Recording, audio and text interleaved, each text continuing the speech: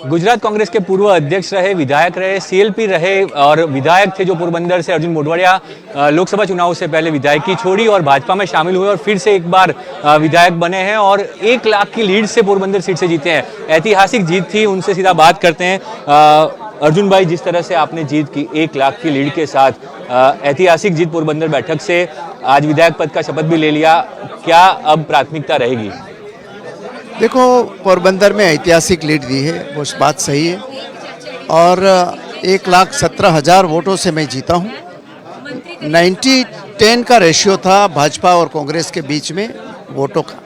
इसके लिए मैं वहाँ की जनता को बहुत आभारी हूँ, भारतीय जनता पार्टी का कार्यकर्ता का भी बहुत आभारी हूँ और ख़ास करके जो मुझे भारतीय जनता पार्टी में वेलकम करने के लिए जिन्होंने डिसीजन लिया, वो यशस्वी प्रधानमंत्री नरेंद्र भाई मोदी, आदरणीय अमित भाई शाह जी और जेपी नड्डा जी और गुजरात के नेतृत्व का मैं बहुत बहुत शुक्रिया अदा करता हूँ। अर्जुन भाई, जिस तरह से लोकसभा चुनाव के नतीजे आए हैं, कहीं पे कांग्रेस थी नहीं और कांग्रेस की 100 सीटें आई, इंडिया गठबंधन भी आगे आया, तो क्या भाजपा में कहने में पछतावा तो नहीं हो रहा कि कांग्रेस में होते तो अगर स्थिति अच्छी होती?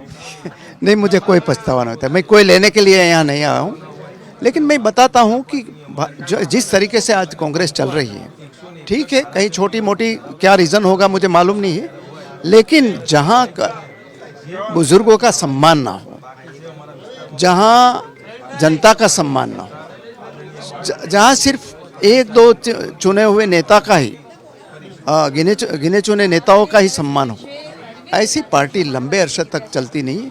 इसलिए ही दो टर्म तक वहाँ विपक्ष की भूमिका भी यहाँ कांग्रेस पार्टी को नहीं मिली थी।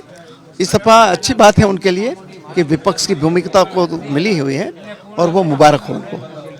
अर्जुन भाई, कहा जा रहा है कि चुनाव जीतने के बाद अब मंत्री भी बनने वाले हैं, कोई कंफर्मेशन आ चुका है मंत्री बनने का? क्योंकि इतनी भारी लीड आई है पोरबंदर से, बीजेपी को ऐतिहासिक लीड आई है, माना जा रहा था कि अर्जुन भाई केंद्रीय कैबिनेट मंत्री बनेंगे। देखो, मैं भारतीय जनता पार्टी का समर्पित कार्यकर्ता बना हूँ। किसी शर्त के साथ भारतीय जनता पार्टी में किसी को शामिल करे, ऐसी भारतीय जनता पार्टी की कभी नीति नहीं रही।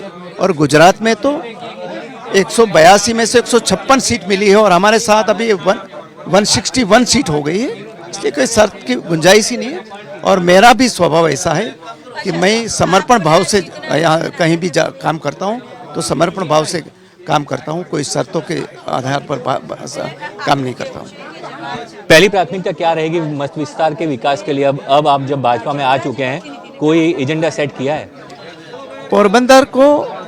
हाँ, मैंने एजेंडा सेट किया है। मैंने नहीं, हमारे जो सांसद चुने गए हैं डॉक्टर मनसुख भाई मांडविया, वो केंद्रीय मंत्री भी बने हैं। इसलिए हमारा दोनों का संकल्प ये है कि पोरबंदर की जो भूमिका विश्व में होनी चाहिए महात्मा गांधी की जन्मभूमि के तौर पर, और जो वहाँ आसपास में जो हमारे यहाँ कुदरत ने दिया हुआ है, बर्ड सेंचुरी, समंदर बड़ा, ये बरडा लायन सेंचुरी, उसका डेवलपमेंट करके उसको मोदी टच देकर, जैसी तरह वाराणसी बना, जैसी तरह अयोध्या बना, जैसी तरह ये यहाँ का साबरमती आश्रम बनने जा रहा है, ऐसा ही पोरबंदर में हम मोदी साहब से रिक्वेस्ट करके जरूर पोरबंदर की उसको जहाँ विश्व में जगह है वो हम दिलवाएंगे।